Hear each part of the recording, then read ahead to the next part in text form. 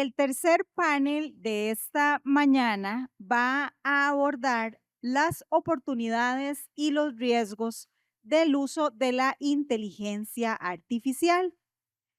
Y para el desarrollo de este panel tengo el gusto de presentar al moderador, quien es el señor José Inostroza Lara, director de la Secretaría de Gobierno Digital de Chile, a quien invito que nos vaya acompañando, al igual que los señores Nicolás Grossman y la señora Lucía Velasco. Como les reitero, el panel será titulado Oportunidades y riesgos relacionados con la inteligencia artificial y será dirigido por el señor José Inostroza Lara. Él es abogado y magíster en gestión y política pública de la Universidad de Chile. Cuenta con una trayectoria clave en la transformación del Estado. Fue fundador del programa de modernización del Estado del sector público y un actor fundamental en el impulso de la Ley de Transformación Digital y el Laboratorio de Gobierno. Asimismo, combina su labor pública con una destacada carrera como docente e investigador en diversas universidades de la región. Señor Inostroza, bienvenido. Muchísimas gracias por acompañarnos esta mañana.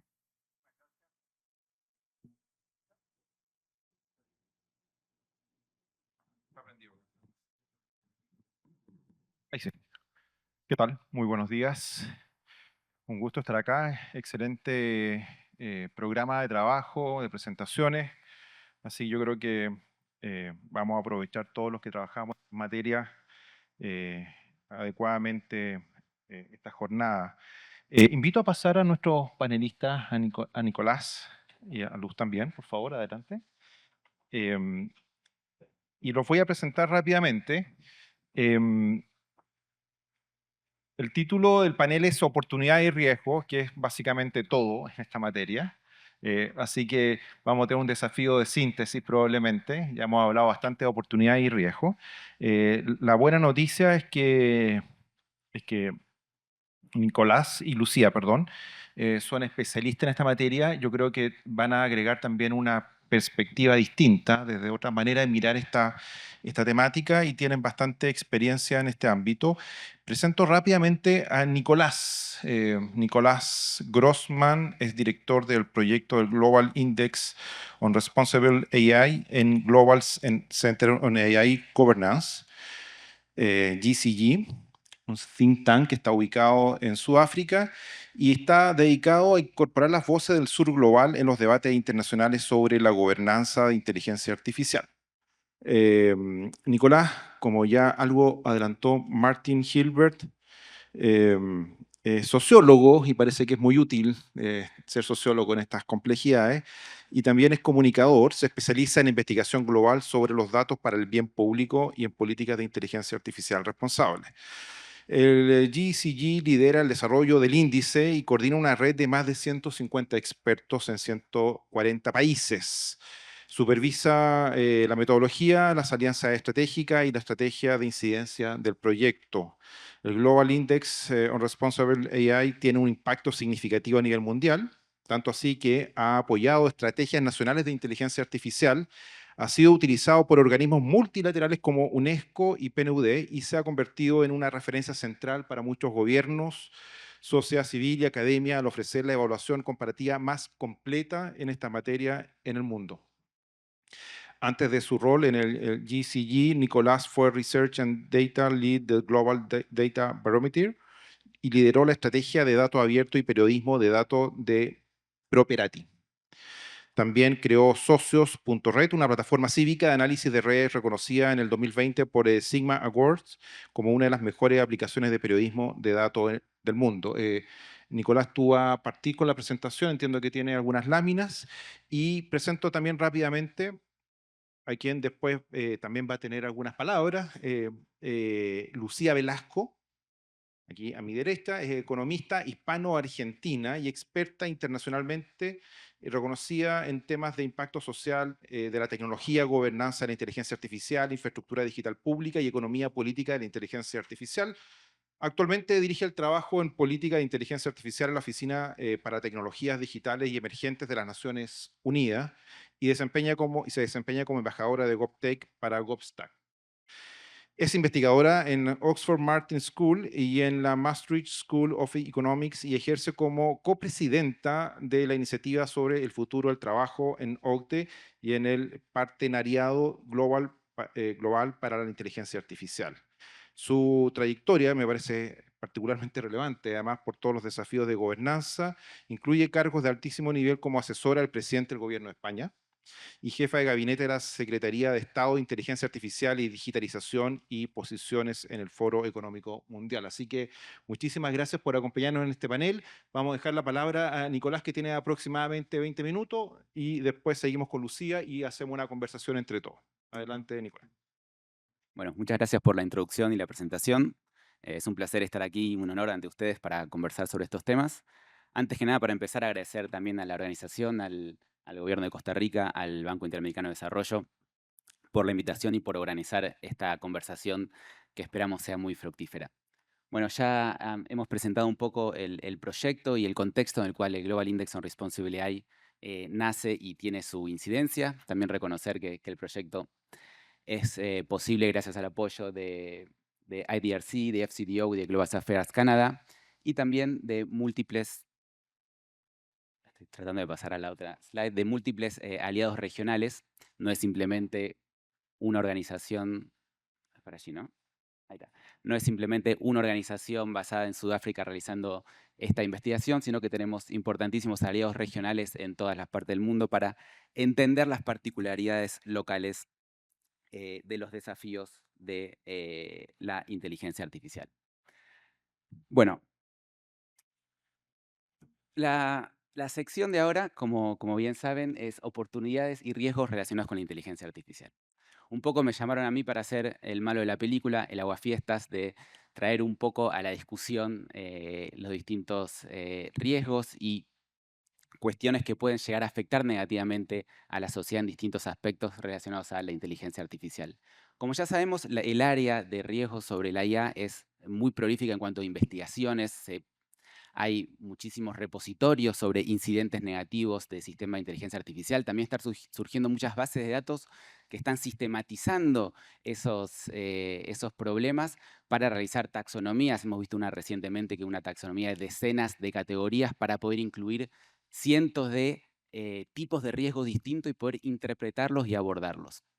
En los próximos minutos, la idea no es repasar en profundidad todos estos riesgos, pero sí es mostrarles cómo desde un proyecto como el Global Index on Responsible AI podemos conceptualizarlos, contextualizarlos, entenderlos, para luego medirlos y de esa manera apoyar a los gobiernos para políticas públicas que tengan impacto real. Entonces, para empezar un poquito y volver a estar en tema luego del coffee break, esta descripción no tiene la pretensión de ser exhaustiva, pero sí para entrar un poco en tema de qué estamos hablando cuando hablamos de los riesgos y las oportunidades de la IA. Cuando hablamos de eso, siempre se nos viene en mente esa tensión que se nos presenta, por ejemplo, entre regulación e innovación, ¿no? Que la regulación no puede bloquear la innovación. Luego también se dice mucho que no puede haber innovación sin cierto cuidado de los derechos humanos, porque eso vulneraría la confianza y bloquearía en última instancia la innovación. Y lo que nos gusta pensar es que, bueno, esta es una de las muchas dicotomías que nos plantea la inteligencia artificial y que hoy en día no están solo en estas salas de debates de políticas públicas, sino que están en los medios de comunicación, en los medios especializados, hasta en las mesas de las familias que están discutiendo qué pasa con la inteligencia artificial. Entonces, para empezar un poquito a conversar sobre estos temas, trajimos algunas de estas dicotomías para charlar. Entonces, en primer lugar, como hemos visto, hay muchísimos informes diciendo el impacto que tendrá la IA en la economía, el crecimiento en el PBI, el crecimiento de las oportunidades, también toda la atracción financiera que está teniendo. Y al mismo tiempo, del otro lado, vemos noticias que dicen cuándo se va a pinchar la burbuja de la IA. Estamos otra vez en una instancia como en las .com. Todos los recursos financieros que se están volcando van a verse realizados nuevamente en inversiones que tengan un retorno. No es la idea de la charla de hoy ni irnos ni a un extremo ni al otro, simplemente presentarlos y tener en cuenta que entre los dos extremos de estas dicotomías que estamos repasando hay un degradé, hay distintas posiciones, hay distinto y mucho trabajo por hacer en cada una de estas. Otro de los aspectos que se suele resaltar mucho es que las tecnologías de inteligencia artificial pueden ayudarnos en casi todos los ámbitos de la vida para mejorar nuestro bienestar y nuestra convivencia como humanidad, pero al mismo tiempo hay muchísimas preocupaciones acerca de los riesgos existenciales que traen estas tecnologías. Y cuando decimos riesgos existenciales, los más quizás grandilocuentes son los que se asocian a la ciencia ficción, Terminator, Matrix. Un día van a tomar el control y realmente van a poner en peligro a la raza humana, pero también están un modo de interpretar estos peligros más en sintonía con, por ejemplo, lo que se presenta como el riesgo del cambio climático, que no es que va a ser un día que el ecosistema no va a dar más abasto, sino que son pequeños cataclismos que van a hacer la vida muy difícil de llevar adelante. Entonces, estos riesgos a la existencia también pueden ser interpretados como riesgos a la convivencia democrática, riesgo al medio ambiente, que de a poquito pueden ir haciendo realmente un riesgo existencial. Pero bueno, no nos olvidemos que la otra parte de la dicotomía es todo lo bien que puedan hacer estas tecnologías al bienestar humano. Por otro lado, que también me parece muy importante traer en la conversación de hoy, realmente hay mucho énfasis, muchos actores pensando y promoviendo el uso de la inteligencia artificial en regiones del sur global para esta especie de catch-up, de aprovechar esta oportunidad, esta ventana de oportunidades con estas tecnologías para reducir la brecha de producción de riqueza con los países del norte global, lo cual hay mucho trabajo por hacer ahí. Sin embargo, en el otro lado de esta dicotomía hay muchísima investigación también académica, movimientos sociales, políticos, sobre qué grado de dependencia económica y cultural y política trae el uso de estas herramientas, como realmente existe hoy en día la inteligencia artificial. Como sabemos, hoy en día la inteligencia artificial se monta sobre determinadas estructuras que podrían ser distintas, pero bueno, una de las preocupaciones que se traen para complementar las agendas de IA para el desarrollo y IA para el bien común es, bueno, hasta qué punto económica y culturalmente esta implementación a gran velocidad no va a fortalecer algunos patrones de desigualdades preexistentes a estas tecnologías, fortaleciendo las dependencias.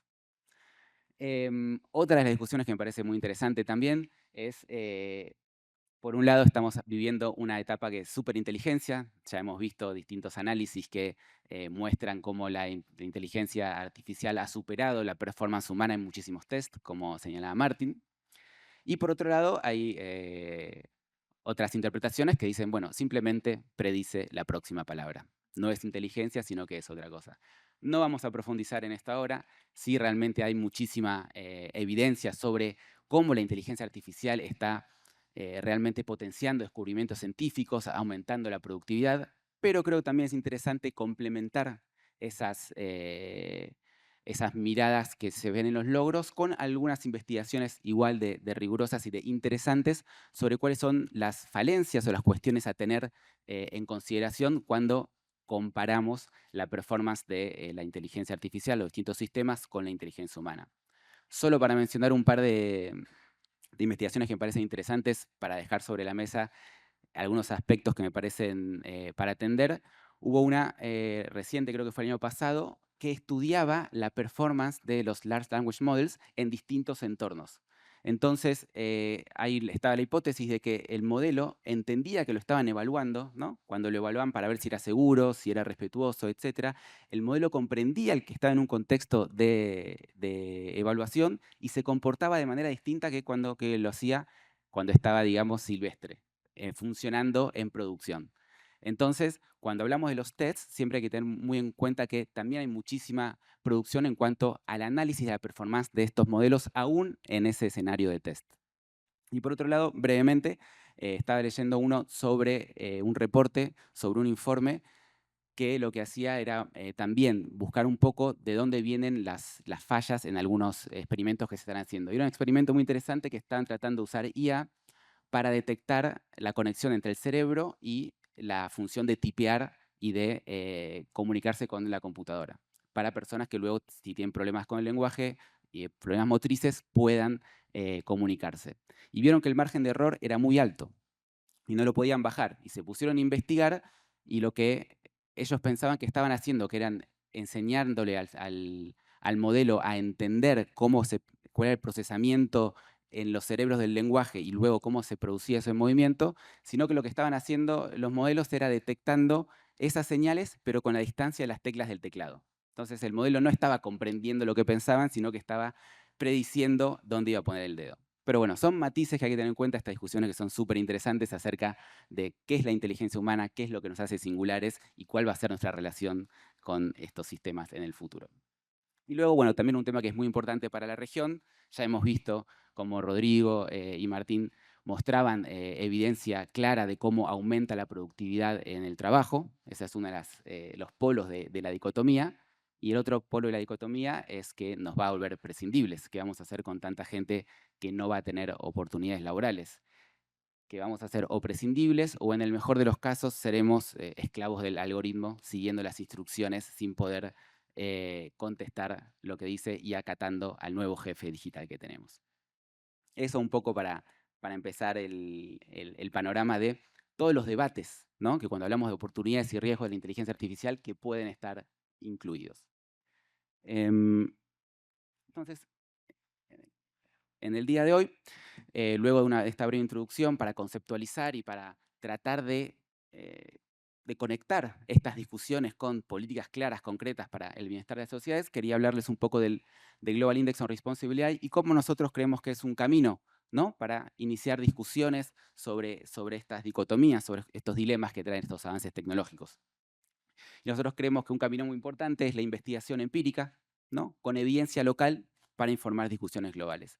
Y cuando hablamos de evidencia local, no es algo menor, como ya estamos hablando, se hace muchas veces el paralelismo de esta tecnología con otras tecnologías generales que fueron revolucionarias, pero también entendemos que no es lo mismo fabricar un auto en Estados Unidos y que empiece a funcionar y andar en las rutas de Latinoamérica que un modelo de lenguaje Large Language Model, que sabemos que interactúan con contextos físicos, con contextos culturales. Entonces, como bien decía Martín, un modelo entrenado con datos de un lugar probablemente no sea igual de eficiente en otras regiones del mundo. Entonces, tanto así para la investigación sobre los sistemas específicos de inteligencia artificial como para analizar las políticas relacionadas a estas tecnologías, es muy importante combinar estas escalas. La escala global, porque sabemos que hay dinámicas que se repiten, pero también teniendo en cuenta las particularidades y las necesidades locales. Entonces, para terminar de enmarcar cómo estamos viendo y analizando estos riesgos y oportunidades desde el punto de vista del Global Index para poder tener impacto en las políticas nacionales de IA, esta es un poco la visión, ¿no?, un poco más optimista que tenemos, cómo nos gusta tomar esos riesgos que existen para pensar acciones y transformarlos en un futuro próspero. Entonces, nuestra teoría del cambio, que es lo que esperamos ver, es que la inteligencia artificial sea diseñada, desarrollada, desplegada, adoptada y gobernada de manera que respete y proteja todos los derechos humanos y sostenga los principios de la ética y la democracia en todos los países. Eso a nivel general. Y ahí quería mostrarles un poco cómo es el inicio de nuestra conceptualización y cómo pensamos, cómo estamos agrupando estos diversos riesgos que les estamos comentando, para luego, a partir de el trabajo que hacemos nosotros, que estamos midiendo qué está haciendo cada país, cuáles son los progresos y cuáles son los compromisos que cada país estuvo asumiendo en cuanto a políticas y acciones para una IA responsable. Y también nos parece muy importante destacar que no estamos hablando solo de responsabilidad de los gobiernos, sino que es muy importante tener un marco de acción de multiactor. Vemos que actores de la sociedad civil involucrados en estos diálogos y en estos problemas también son muy importantes. Entonces, a grandes rasgos, esas son las 5 categorías de riesgos que estuvimos conceptualizando para luego poder medir qué está haciendo cada país. Entonces, vemos que la inteligencia artificial puede potenciar las desigualdades y privilegiar a los mismos de siempre, pero con las políticas adecuadas podemos lograr una tecnología que nos lleve a ser sociedades más igualitarias y más inclusivas. También vemos que uno de los riesgos de la inteligencia artificial es que no se sigan algunos de los valores éticos que están casi universalmente en acuerdo sobre estas tecnologías, como la transparencia, la accesibilidad, etcétera. También podemos ver que puede afectar muy concretamente el medio ambiente. Y esto en última instancia, si también son sistemas que no son seguros, lo que van a hacer es que merme la confianza en estas nuevas tecnologías y que la población empiece a tener más resquemores, más reparos a la hora de usarlas. Y un punto que no es menor es también el uso de estas tecnologías por gobiernos que sabemos que tienen en su disposición datos sensibles y tienen un poder dentro de los países que realmente tiene que estar bajo un escrutinio mucho más pormenorizado que otro tipo de uso de inteligencia artificial, que también tiene que ser tomados en consideración. Pero bueno, si logramos establecer marcos de políticas claras y los incentivos correctos, podemos transformar estos riesgos en oportunidades para que estas tecnologías sean inclusivas, sostenibles, sean seguras, despierten confianza y puedan así aumentar la productividad en un marco de un reforzamiento de los valores democráticos. Entonces, sobre este marco, brevemente para mostrarles cuál es la aproximación, estos son los indicadores clave que estamos midiendo en el Global Index on Responsible AI y cómo los estamos organizando, es decir, qué está haciendo cada país para fomentar y para proteger derechos claves como la igualdad de género, derecho de las niñeces, como para garantizar la transparencia, la supervisión humana en los sistemas de inteligencia artificial, también qué se está haciendo para mitigar un poco los impactos en el mundo del trabajo, ya sea dentro de los ámbitos laborales y las interacciones con los algoritmos, como los impactos que puede tener en el mercado laboral y en la empleabilidad. Y asimismo también estamos siguiendo qué están haciendo en el sector público, ya sea aumentando la capacidad de los funcionarios públicos para el uso de las tecnologías, también fomentando la transparencia en los algoritmos utilizados, etc. Así que bueno, luego de este muy breve repaso de cómo medimos a partir de esta conceptualización de los riesgos y las oportunidades que nos trae la inteligencia artificial, me gustaría pasar a contarles brevemente, en muy pocos minutos, cómo es que armamos este índice, esta investigación a nivel global, y luego algunos aprendizajes que quería compartir con ustedes de la primera edición, que son del 2024, y que próximamente los vamos a actualizar, pero me parecen importantes para tratar de marcar un poco las discusiones el día de hoy.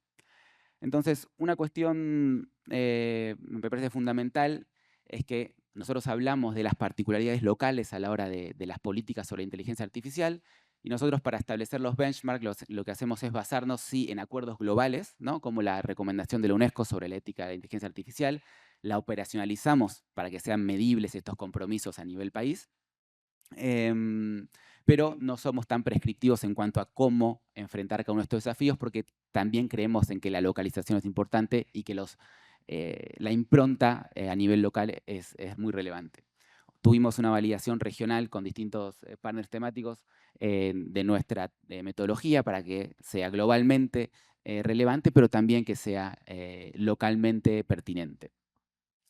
Como hemos comentado, tenemos una red global de 160 expertos en gobernanza de la AI para hacer este análisis independiente de los compromisos y progresos de cada uno de los países para construir estos diagnósticos que luego son muy utilizados a distintas escalas.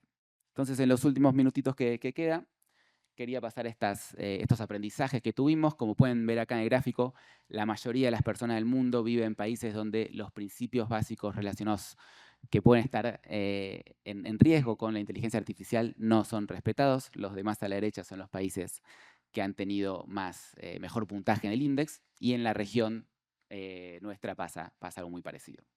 Un aprendizaje también a nivel global que nos parece importante destacar es que tener una política nacional de inteligencia artificial, una estrategia nacional de inteligencia artificial, no es equivalente a una IA responsable, porque muchos de estos documentos pasan por alto cuestiones fundamentales de protección y promoción de derechos en el contexto de la IA, que son imprescindibles.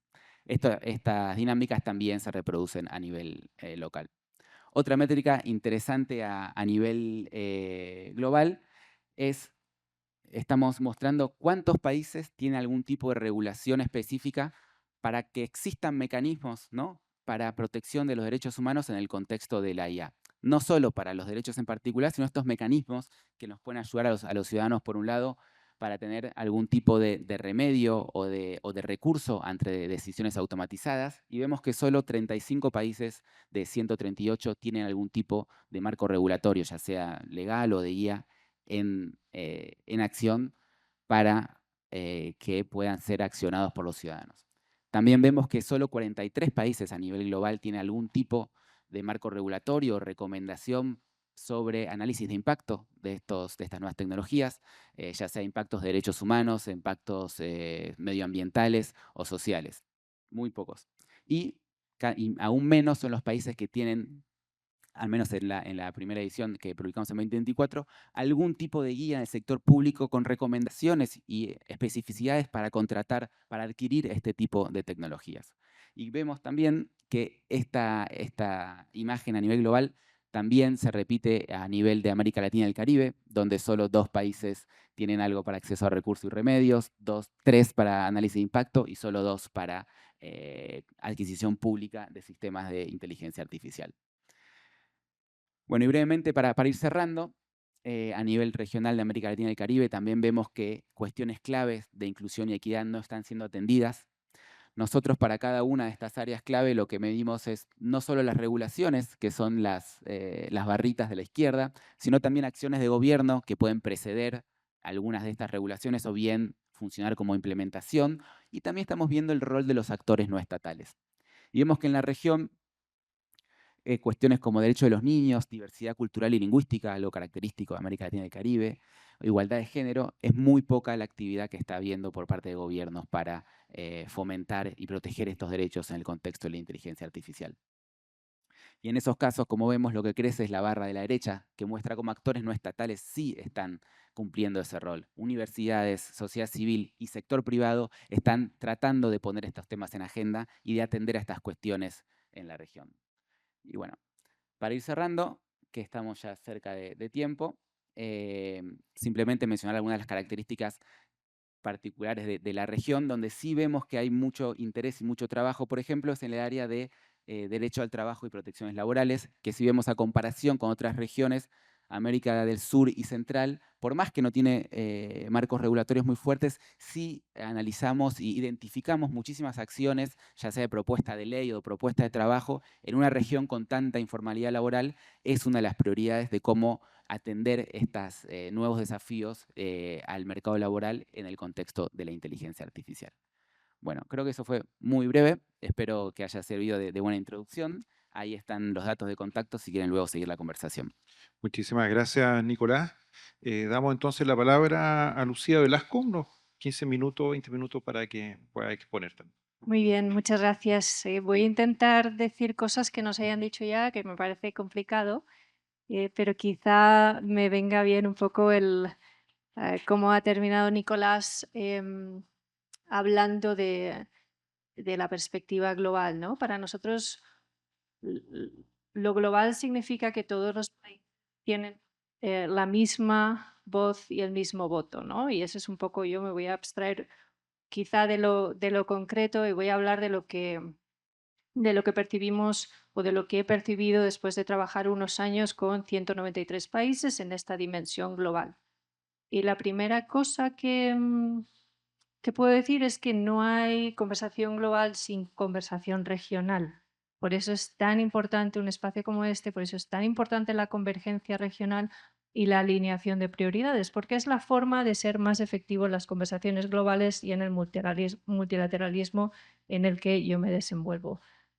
Durante estos años, a lo que me he dedicado, que creo que acaba siendo, si miro un poco hacia atrás, es una constante en mi vida, ha sido actualizar, o a mí me pidieron que me sumara a la ONU para trabajar en la actualización institucional de las Naciones Unidas, porque como muchas otras instituciones no estaba preparada para abordar el desafío de la inteligencia artificial.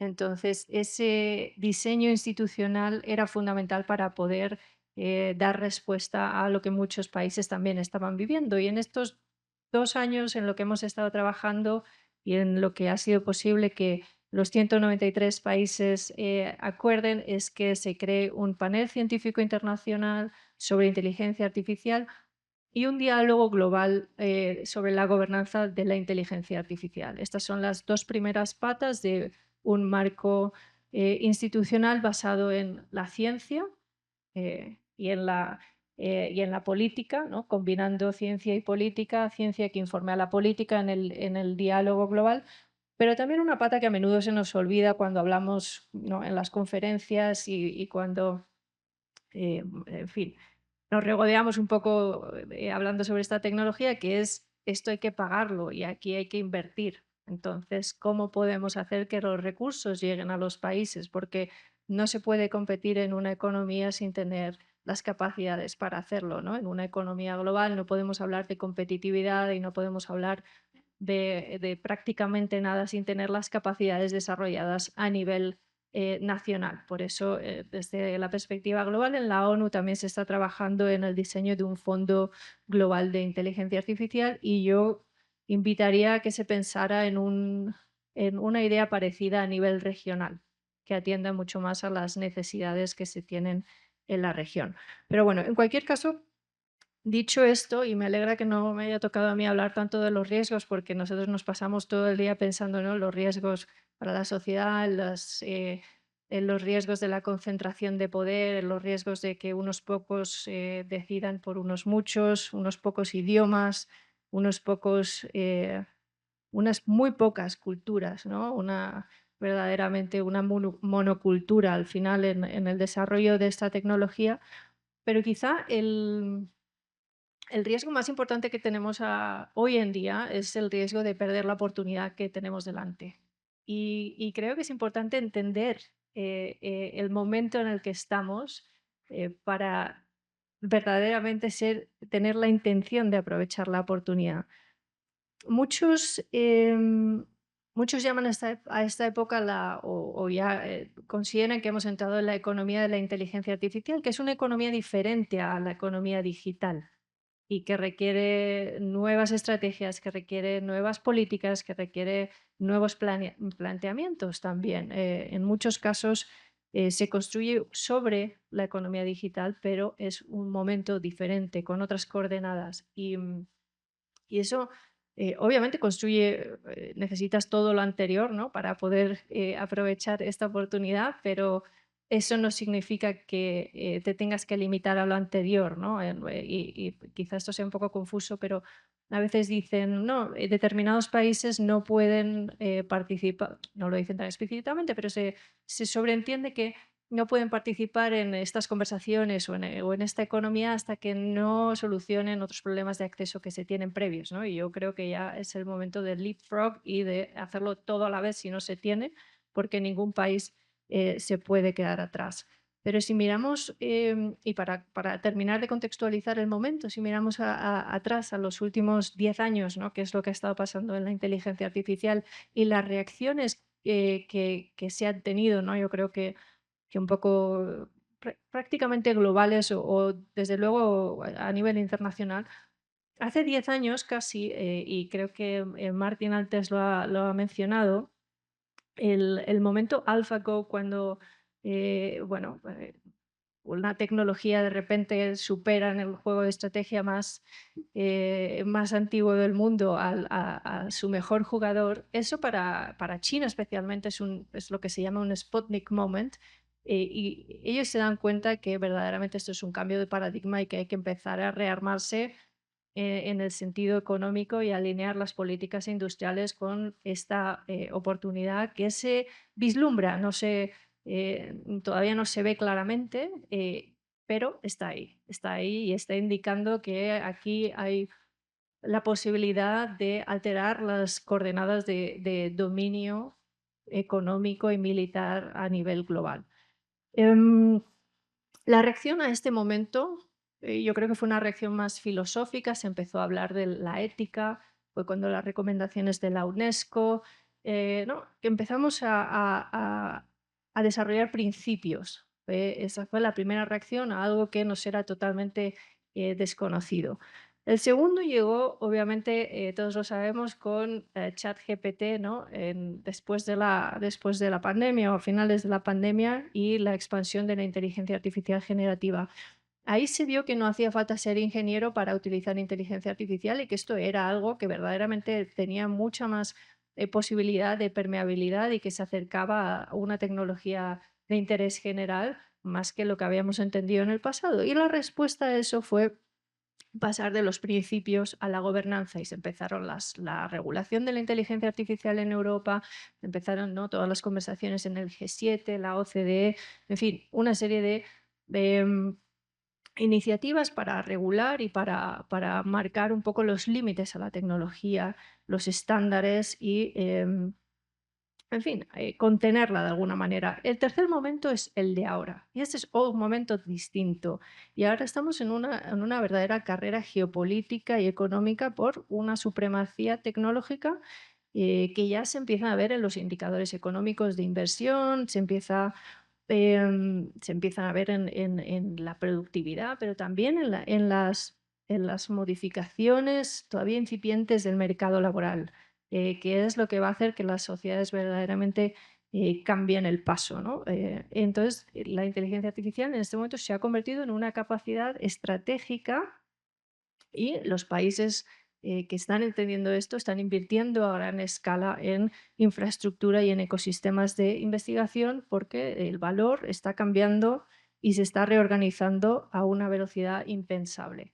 Claro, hay diferentes reacciones a esto. Yo personalmente no creo que la dinámica de la carrera y de la competición sea algo saludable, ni tampoco el del miedo, ni tampoco la negación. Creo que es el momento de la cooperación y el momento de aprovechar la oportunidad de una manera coordinada, porque si pensamos en momentos comparables, pues podemos pensar en el cambio de la agricultura agraria, podemos pensar en cuando la economía industrial estaba impulsada por la maquinaria, por la energía, la economía digital basada en la conectividad, y ahora tenemos una nueva economía que es la economía de la inteligencia artificial.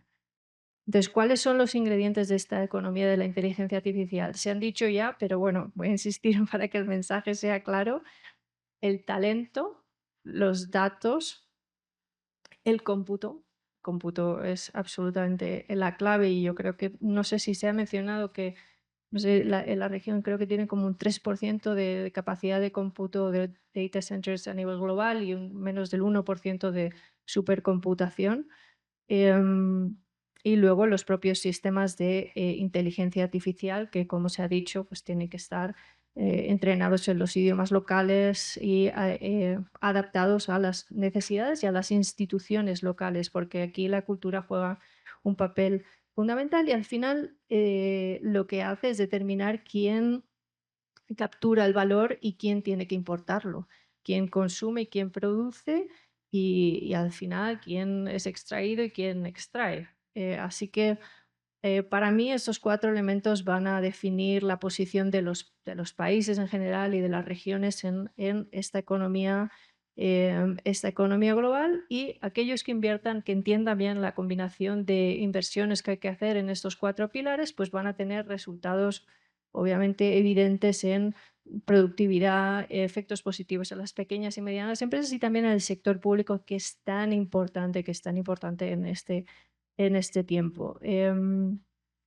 No sé, voy a ir un poco terminando para no enrollarme muchísimo más, pero diré que quizá cómo se construiría una agenda de oportunidades, ¿no? En este contexto y en la descripción de este panorama, pues yo podría proponer tres caminos. El primero sería construir las bases soberanas de la economía de la inteligencia artificial, invirtiendo pues en la infraestructura digital pública, en los marcos de gobernanza de datos, en la cooperación regional en capacidad de cómputo, porque ningún país solo va a conseguir tener la escala suficiente. Entonces hay que empezar a trabajar de manera cooperativa y con infraestructura compartida.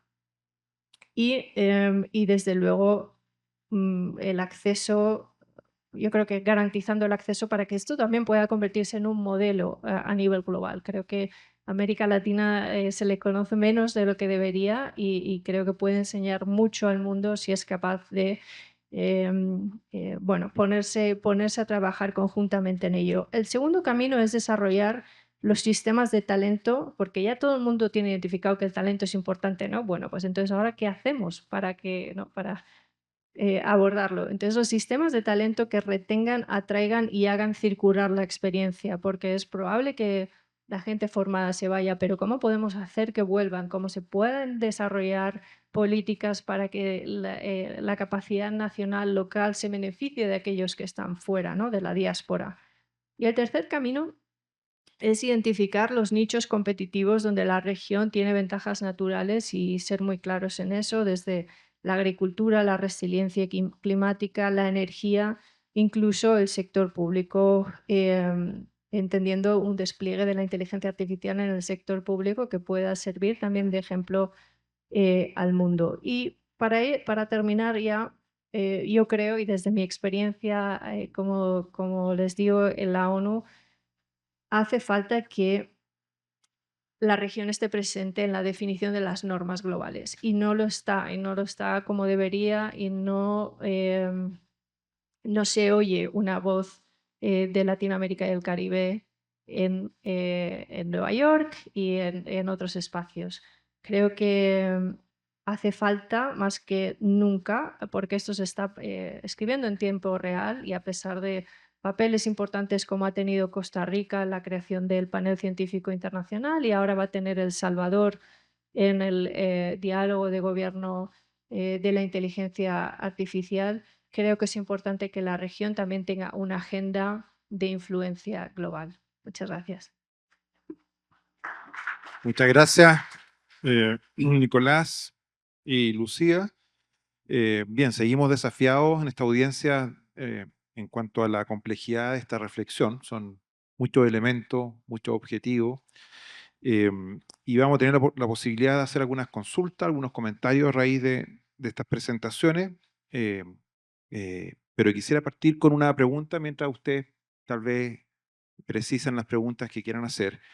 Y ojalá no sea muy abstracta, pero de algún modo uno ve esta súper dicotomía entre como valores y eficacia permanentemente y se despliega en muchos análisis más específicos. Em, ¿Cómo podemos ir avanzando? Es una pregunta para los dos, a un análisis más integrado en esto y no solo como competitivo en términos de objetivo. ¿A qué me refiero? Todos queremos probablemente en esta sala más democracia y todo lo que implica eso. Pero nuestra democracia, y sobre todo en Latinoamérica, está muy amenazada por la falta de eficacia. Porque podríamos querer mucha democracia, pero si nuestros gobiernos no son eficaces, probablemente la ciudadanía, y hay distintas encuestas que están mostrando un desapego a la democracia de un modo creciente, específicamente por razones de falta de eficacia.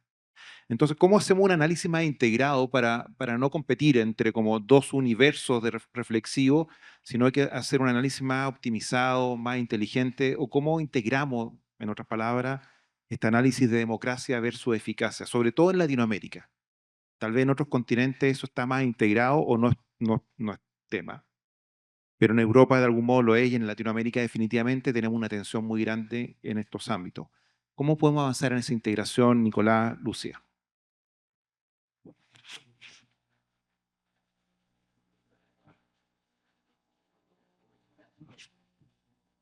¿Se escucha? Hola. ¿Ahí se escucha? No se escucha, ¿no? ¿Ahí sí? Bueno, gracias. Bueno, es una pregunta compleja. No, está bien. Me gustaría separarla en dos partes, para después llegar a la parte de la democracia, que es la más compleja. Pero siento como que detrás de esa inquietud está parte de las tensiones que veníamos presentando entre innovación y regulación en algún punto. Y para empezar, como nos gusta resaltar, muchas veces, no la regulación, pero una IA responsable va de la mano de la innovación. Y más que nada, el ejemplo clarísimo es la localización y la inclusión de datos locales en el desarrollo de soluciones. Porque importar soluciones para otros contextos, que puede parecer el camino más rápido para la innovación, de innovar rápido, probablemente no termine resultando tan bien como si uno estuviese incluyendo quizás valores más del lado de la IA responsable, como inclusión, no discriminación, igualdad de género, derecho de los niños, o mismo tener activos mecanismos de protección de derechos humanos como posibilidad de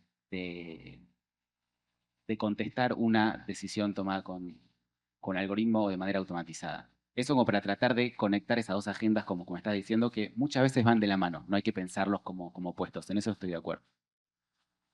Yendo del lado de la democracia y la eficacia, también algo que tenemos que tener en cuenta es que para analizar los impactos de la IA o las posibilidades, tendemos a compartimentarlas, ¿no? bien separar distintos aspectos de esta tecnología, separar y poner en silos los distintos efectos, pero todos están interconectados.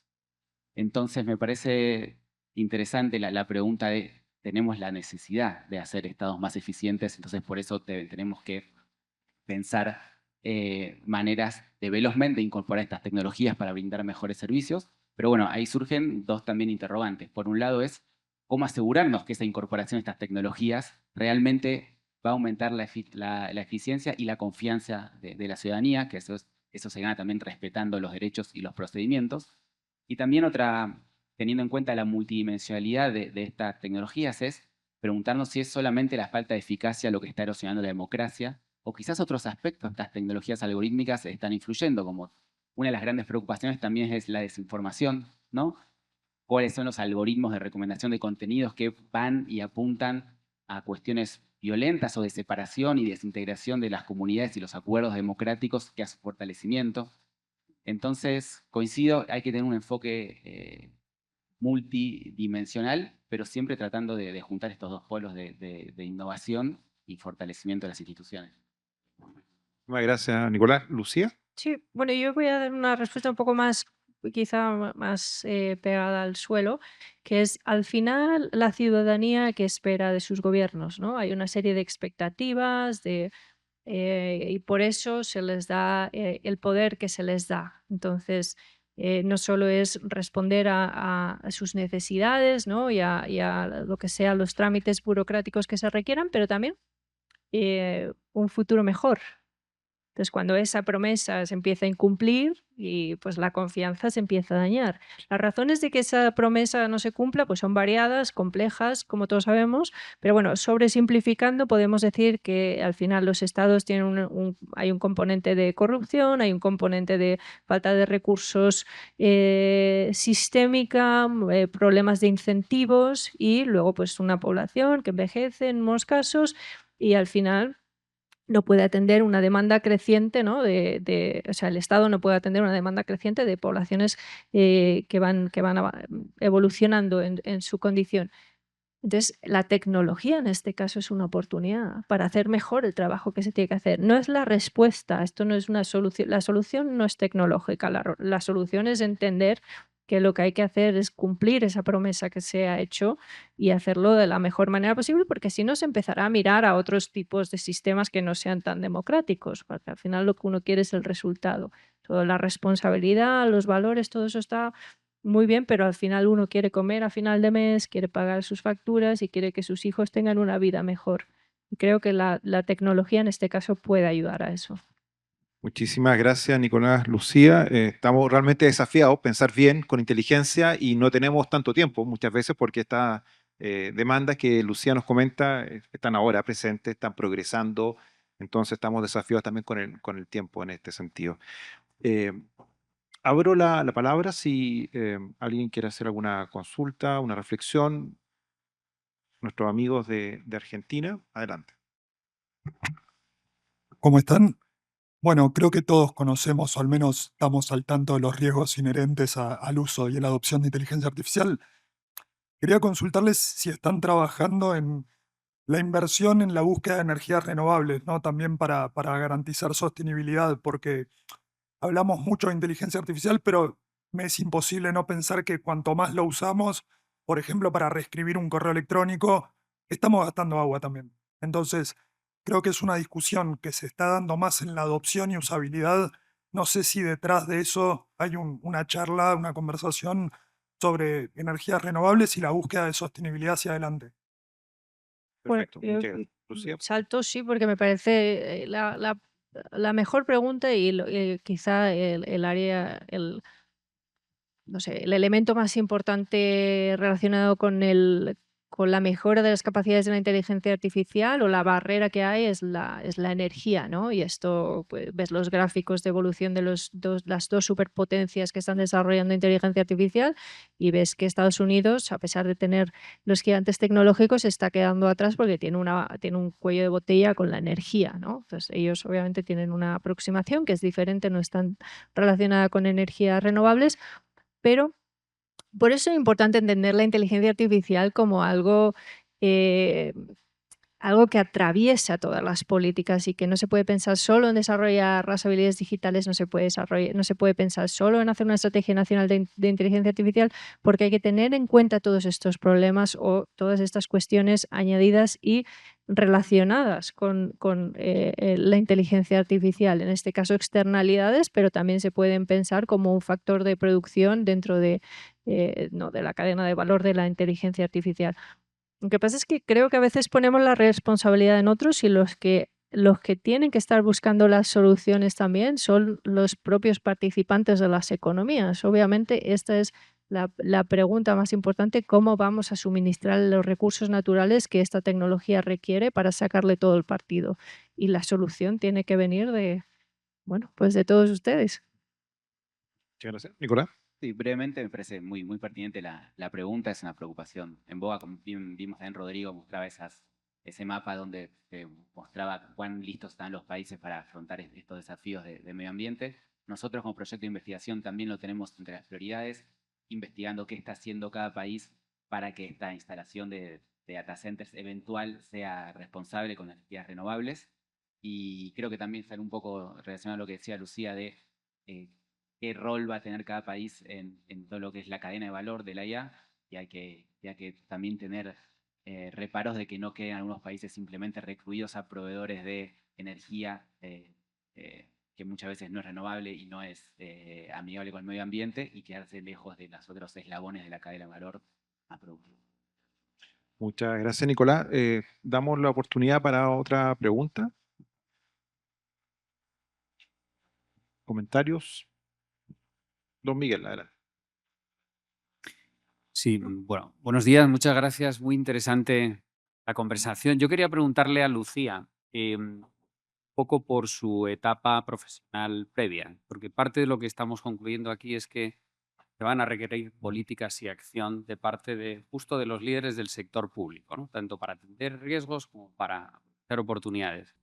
Lucía, tú estuviste previamente sentada en una de las primeras secretarías de Transformación Digital e Inteligencia Artificial, que fue la del Gobierno de España, o sea, que ya se llamaba así hace unos años, y fuiste testigo muy directo en tu rol en esa secretaría del lanzamiento de ENIA, de la primera estrategia de inteligencia artificial, con una inversión significativa de dinero, o sea, muchos cientos de millones de euros. Cuéntanos un poco, aprovechando esa experiencia, en los próximos 80 minutos, así, para que José se ponga nervioso, ¿cómo fue el proceso de decisión? ¿Qué llevó a España a hacer una apuesta tan clara y a invertir esa cantidad de dinero que pueda servir un poco de referencia a quienes están aquí que tienen que hacer el mismo ejercicio cuando vuelvan? Gracias.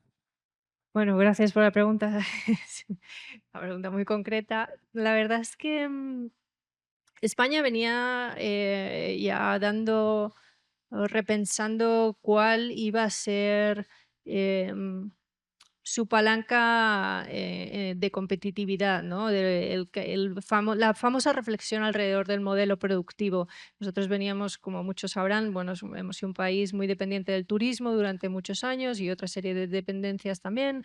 Entonces, era voluntad del presidente del gobierno salir de ser un país receptor de turismo que además tenía unas consecuencias, unos impactos sociales para la población en algunos casos, y quería ver nuevos espacios de competitividad económica, y entendía perfectamente que esto pasaba por la inteligencia artificial y la transformación digital todo junto, ¿no? Entonces, inicialmente cuando yo trabajaba en su gabinete, bueno, estuvimos unos meses haciendo una reflexión sobre cómo sería la mejor manera de abordar esto a nivel nacional, y su decisión fue crear una Secretaría de Estado con el rango de ministerio, porque dependía de una vicepresidenta económica muy potente, para situarlo en el corazón digamos, de la economía del país. Entonces, bueno, nosotros fuimos las encargadas de montar el ministerio literalmente, por eso decía que es una constante en mi vida lo de crear estos espacios. Y obviamente lo primero que hay que hacer es tener una estrategia de inteligencia artificial y luego de otras cosas, ¿no? O sea, porque al final no es la única tecnología que hay que mirar y hay que mirar todos estos elementos de los que venimos mencionando, yo creo que todas las personas que hemos hablado. Pero las estrategias, yo creo que uno de los cambios que fuimos tuvimos mucha intención cuando la hicimos es que no se quedara en una declaración de principios y de ideales, ¿no? Que fuera una cosa muy concreta, con partidas presupuestarias asignadas, con dónde vamos a sacar el dinero, cómo vamos a considerar que esto está siendo, o sea, un poco de seriedad, ¿no? De KPIs en cómo vamos a llevar el país de un sitio donde está, siendo muy honestos también donde estaba, a otro, donde queremos ir. Y yo creo que ese es, bueno, es un poco sobresimplificando el proceso, tener una intención clara, una dirección política y después un plan con un seguimiento y unos indicadores y obviamente dinero detrás. Nada de esto puede ser, y es mi primer mensaje, sin el dinero que lo acompañe. Si no, no va a servir. Los principios son estupendos, la ética absolutamente necesaria, pero esto va de una transformación económica sin precedentes. Muchísimas gracias, Lucía. Con inteligencia natural me están mirando, que parece que estamos ya en el tiempo. Solo para cerrar, bueno, obviamente estamos en un proceso reflexivo, está difícil hacer como conclusiones muy fuertes.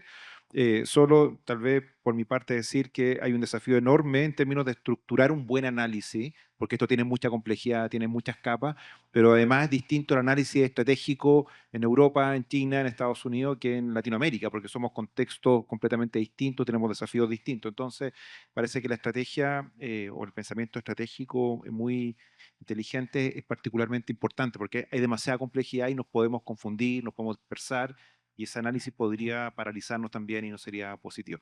Muchísimas gracias, les pido un aplauso para el panel y muchísimas gracias a Nicolás y Lucía.